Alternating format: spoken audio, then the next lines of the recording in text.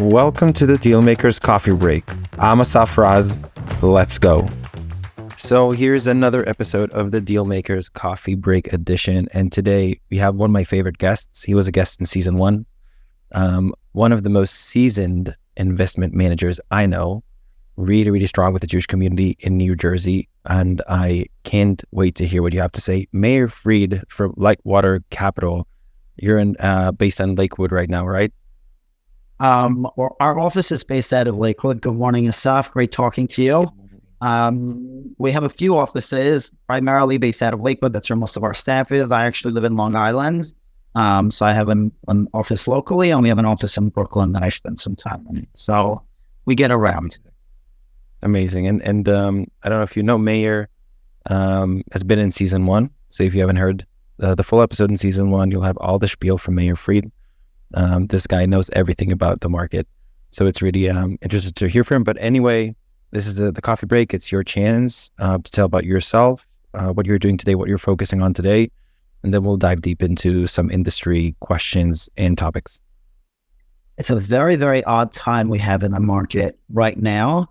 And a lot of people who are in our industry are confused. People who are passive investors who don't really have a good grasp on how did things change so fast. It was just a short while ago. It feels like decades ago, but it was just a short 15, 18 months ago when we thought that everything was wonderful and that the market's just going to continue going up and up and up forever. We all knew that interest rates would change, but that did not cloud our forecast. We felt like, the continued growth in the market and the continued demand for commercial real estate would supersede and override some of the hurdles of increased interest rates. Nobody thought that interest rates would stay extremely low forever. So we all knew that rate increases were coming. So I'd like to just take a few minutes to try to put in perspective where we were, what changed, and where do we go from here?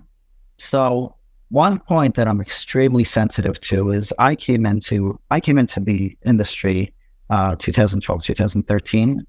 And I remember in some of my first take of what's going on is we were looking at some of these small deals in Brooklyn. Locally, that's what we would buy, these small little deals, 6-family houses, 10-family houses. And we had a large investor base. Right when I came in, I joined with my partner, Joe. He was in the industry a lot longer than me. We were doing management. And we would buy and sell deals on the side for our clients, with our clients, different things. And we always came across two distinctly different kind of investors / buyers. It was the investor that was current and relevant and trying to make the best of what's in front of them today, him or her. And then there was an investor that was living in the past. What do I mean? We came across a 6-family house in Bushwick. And we got it at we thought it was a great price, $850,000, about $105,000, $107,000 a unit. I reached out to one potential buyer, and he told me that's a crazy price. I have 10 of them. I paid $600 each. I can't pay $850. Okay, he couldn't. He wasn't going to pay. He thought he could buy at $600. I told him, you can't buy anything at $600 today. So the fact that you bought something 5 years ago for $600 or 3 years ago shouldn't really have much relevance. Fast forward 18 months and the same property was worth $1.1 million. Fast forward another 18 months and the same property was worth 1.6 or 2.2. And here I saw a whole cycle. Yes, it was a small cycle, but a 2.5 year period where some investors would say, yeah, we're going to buy at $850. Maybe we'll even pay $875 or $900 when we think it's worth $850, because we see where the market's going. We see the future, and we don't want to live in the past. We want to live in the present. And other people were stuck. Now you fast forward 10 years, and some people are saying, look at what happened. I knew we shouldn't buy real estate. And I love those guys who say, yeah, I strategically planned to not buy for 3 years because I knew something was going to go wrong. That's a great strategy. And for some people, it's the right strategy. I've also met people who haven't bought anything for 15 years because they were nervous that something's going to go wrong. I have a particular client that I'm thinking of who's been asking me since 2016, have you found the steal? And I've never found the steal, right? We only found deals that were at market rate. We bought a deal, it was market rate, it wasn't a steal, it was $11 million, but we sold it 2 years later for $19 million. That was a great success. We bought other deals that, unfortunately now, because of our timings, did not go as well as we planned. The point is, it's very, very convenient. And I mean this in a negative way. It's very lazy to look back 18, 24 months and say, oh, I knew something wrong was going to happen and therefore I stayed away. If you could afford to stay away, meaning if you have enough money where you don't have to generate, returns on an investment, you don't have to go out and do deals. If you're in a position where you can afford to not make any money for 2, 3, 4 years, and you want to be cautious, I would say 2 things. First of all, props to you because you're in a position to not make any money for 4 years. Not all of us are so lucky. Number 2, the 4 years might really be 40 years. So you better get ready because there's always the attitude where we could say, what's coming up is going to be doom and gloom. So I'm just very, very skeptical of that attitude. So even though, yes, it is a down market and in theory, if only we would have bought, 1 less deal or 2 less deals, we would be slightly better off. But on the flip side, when the market was at its height, we were saying if only we would have bought 2 or 3 or 4 more deals. So don't live with regrets, but that doesn't mean to discount everything that happened and not learn from it. Are we really on a down market right now, or is everything slowed down to the regular pace it should be? Personally, I think it's irrelevant. I don't think it matters because you can make money with interest rates at 0. You can make money with interest rates at 10% or 20% at any point. The question is, if you're coming into a new if you're coming into a new deal or new project, what is the relationship between your interest rate and your cap rate? So yes, if interest rates are at 5%, that's fine. I could go out and buy tons and tons of real estate so long as I'm paying the right price. So I don't care if interest rates go up or down as far as the future is concerned. As far as my past holdings are concerned, I came in at a certain basis, and for those holdings where my expectations were, if I came in at a 4 cap and I was hoping to build out to a 6 cap, and now I need to pay 6% interest to the bank. So if my deal is performing at a 6 cap and I have to pay the bank 6%, I have nothing, right? I'm stagnant. Maybe I will above my equity, maybe I lost half my equity, but for something in the future. So the question is really not where interest rates are today, but where are they going to be in 5 years from now? Nobody really knows the answer to that. But, to the point of your question, where are interest rates now and where should they be? It doesn't matter where they should be. The only thing that matters is where they are and where we think they'll be and how we should act in accordance. Because if I buy a deal that's building out to a 10 cap, even if interest rates are at 7%, I'm making money. So the down part of the market is the fact that people spent 10 to 15 years with certain assumptions in place, and now those assumptions are gone. So what are the ramifications of that? So one thing that people also miss is the fact that we had tremendous growth in the interim. So if I bought a property in 2018 and the interest rates are 3.5%, but my average rent was $1,000, and now my average rent is $2,000, and the interest rates are 6 or 7%, and I had 4 or 5 years to create value, my performance is pretty darn strong. Maybe I'm in a fixed loan, maybe I have a loan that's still working, but even if I don't, I had enough time for the property to mature and develop in a way where I'm still ahead of the market because there was a tremendous amount of growth.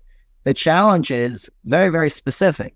People who bought towards the tail end of that market were buying 4 caps, building out to 6, and now in this tiny amount of time, in 6 to 12 months, rates went from an all-in rate of 3.5% to 4% to anywhere between 7 and 9%, and your expectation on what you paid for that previous property that you own is building out to a 5.5 or a 6 cap, and now your loan might be 7% or 8%, you're entirely underwater. So as far as the future is concerned, so this is really the main point, the main pet peeve that I have with this market and a lot of these hot rod conversations and these sensational bullet points that people like to talk about, and people like to get up on their high horse and say how, I was smarter than everyone else because of what I did. Maybe you were, and if you were, props to you, and you probably should have punched the guys that are down.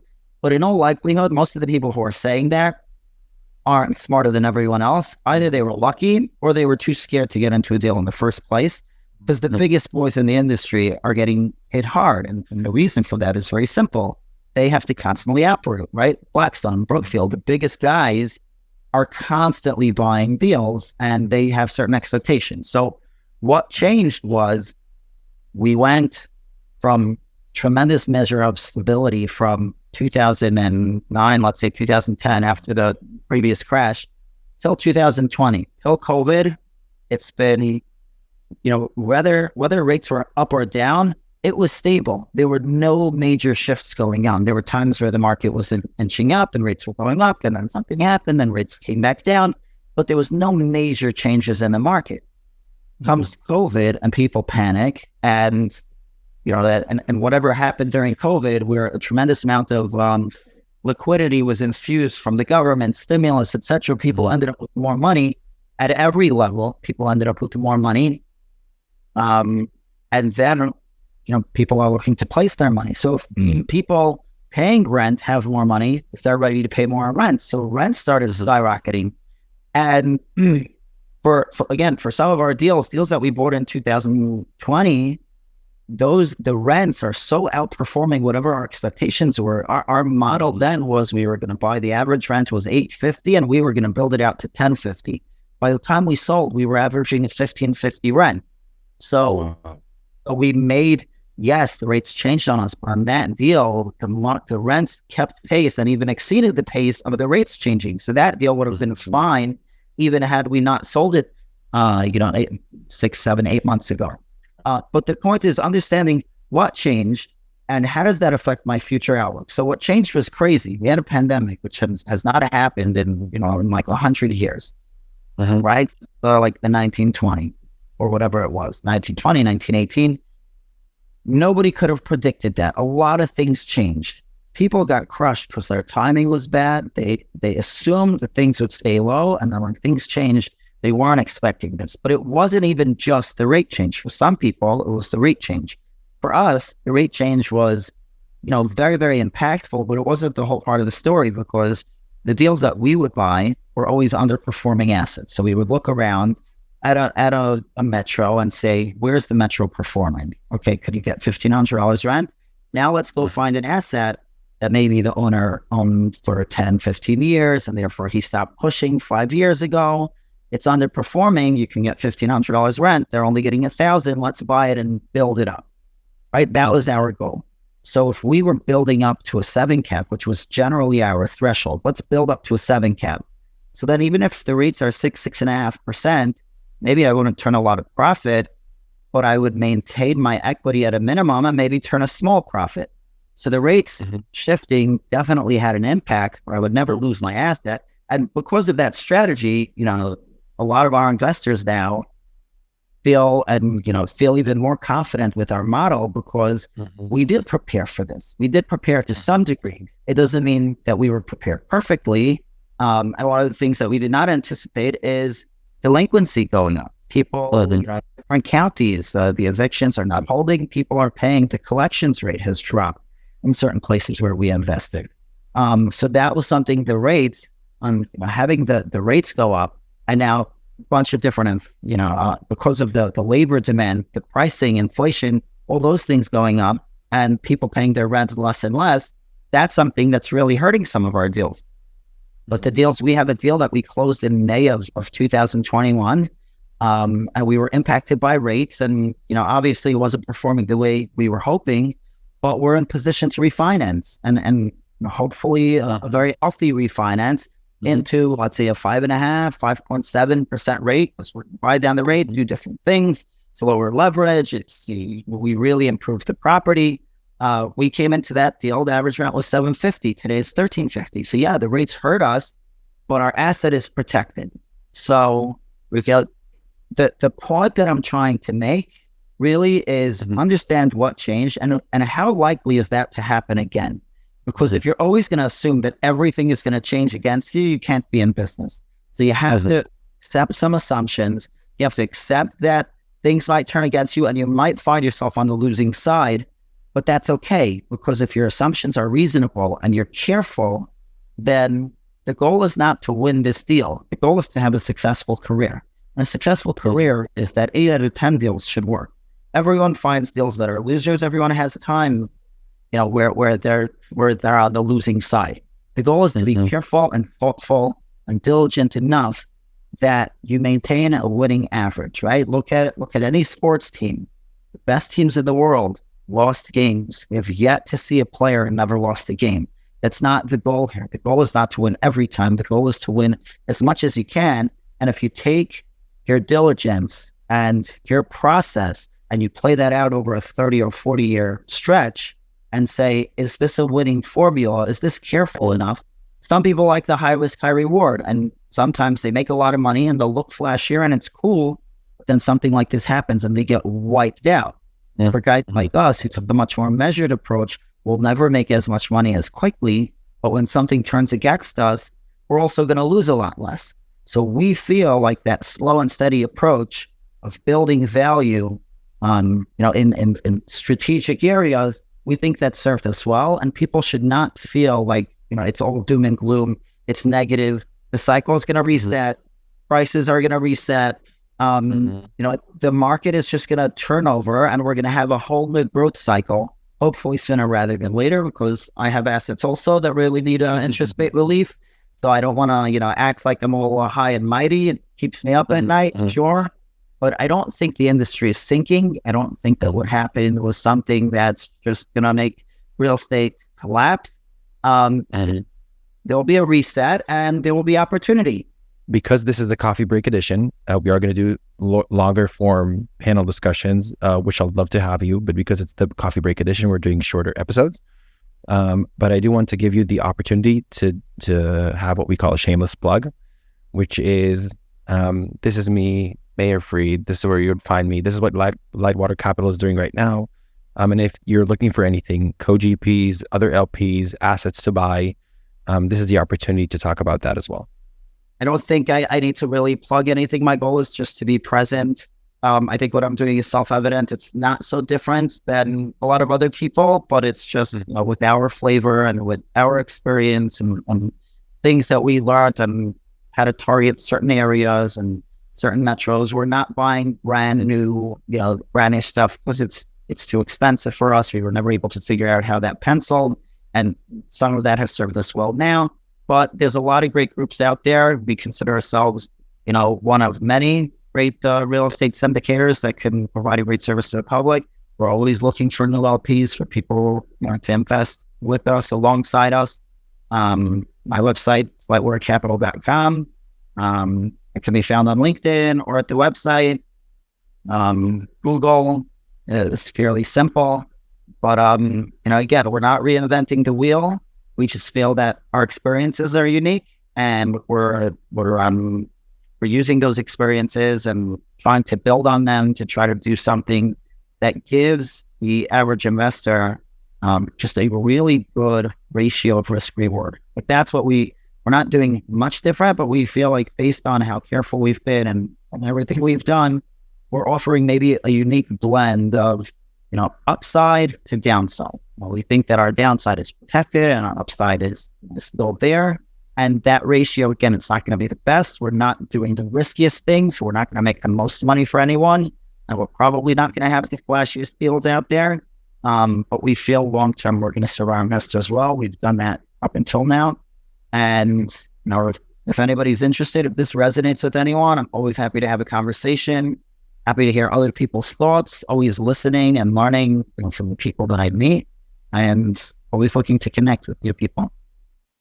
There we go. Meir Fried, thank you so much for joining us on the Dealmakers Coffee Break edition. This is season 2. It's already your second episode with us, and it's always a pleasure. So much insight. So yeah, I'll see you on our next episode of the Dealmakers Coffee Break. Thank you, Asaf. Always a pleasure. Thank you for joining us. Check out more episodes on the Dealmakers podcast, available on Spotify, Apple Music, Google Podcasts, and Agora's website at agorareal.com/podcast. See you in the next episode.